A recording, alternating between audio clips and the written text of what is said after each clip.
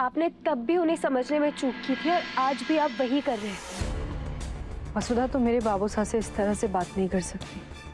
समाज में बहुत इज्जत है इनकी, कोई इनसे उल्टा सवाल नहीं करता और तुम इनकी इंसल्ट कर रही हो। प्लीज तुम यहाँ से चली जाओ, हमें किसी से कोई बात नहीं करनी। दिव्या मैडम, पिता को कोई कुछ कहे तो बेटी का बीच में आना स्वाभाविक है। अगर मैं आपकी जगह होती तो मैं भी यही करती, लेकिन आपको पूरी बात नहीं पता है। आपको अतीत के सिर्फ एक पहलू के बारे में पता है, दूसरा पहलू मैं आज आपको बताऊंगी।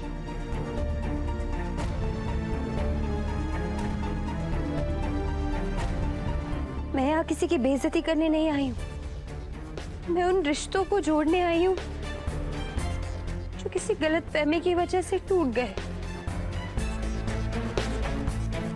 दो परिवार जो कभी अच्छे दोस्त ही नहीं बल्कि एक परिवार की तरह थे, उन्हें फिर से एक करने की उम्मीद लिए आई हूँ। देवी हुकुम पर आपका गुस्सा बिल्कुल जायज है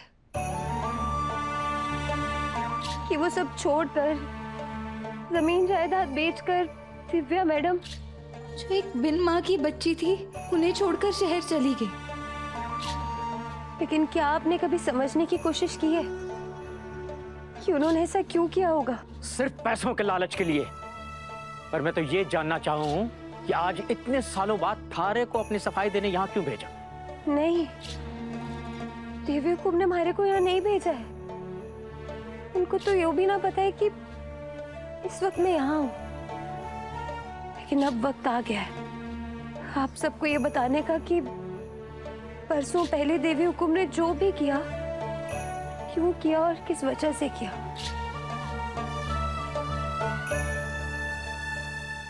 गांव में कोई अस्पताल ना होने के कारण जब दिव्या मैडम की माँ साहब छोटी सी बीमारी के कारण गुजर गई थी, तब आप पूरी तरह से टूट चुके थे।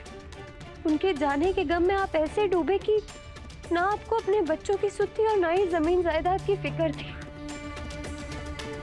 उस मुश्किल घड़ी में देवी हुकुम ने एक कठिन फैसला लिया कि अगर वो आपको आपके बच्चों की जिम्मेदारी सौंपकर यहाँ से कहीं दूर चली जाएंगी, तो आप अपने बच्चों के खातिर उस गम से बाहर निकलकर सब कुछ संभाल पाएंगे। देवी हुकुम ये भी जानती थी कि आप नहीं चाहते थे कि गाँव में फिर से इलाज के अभाव के कारण किसी की जान जाए।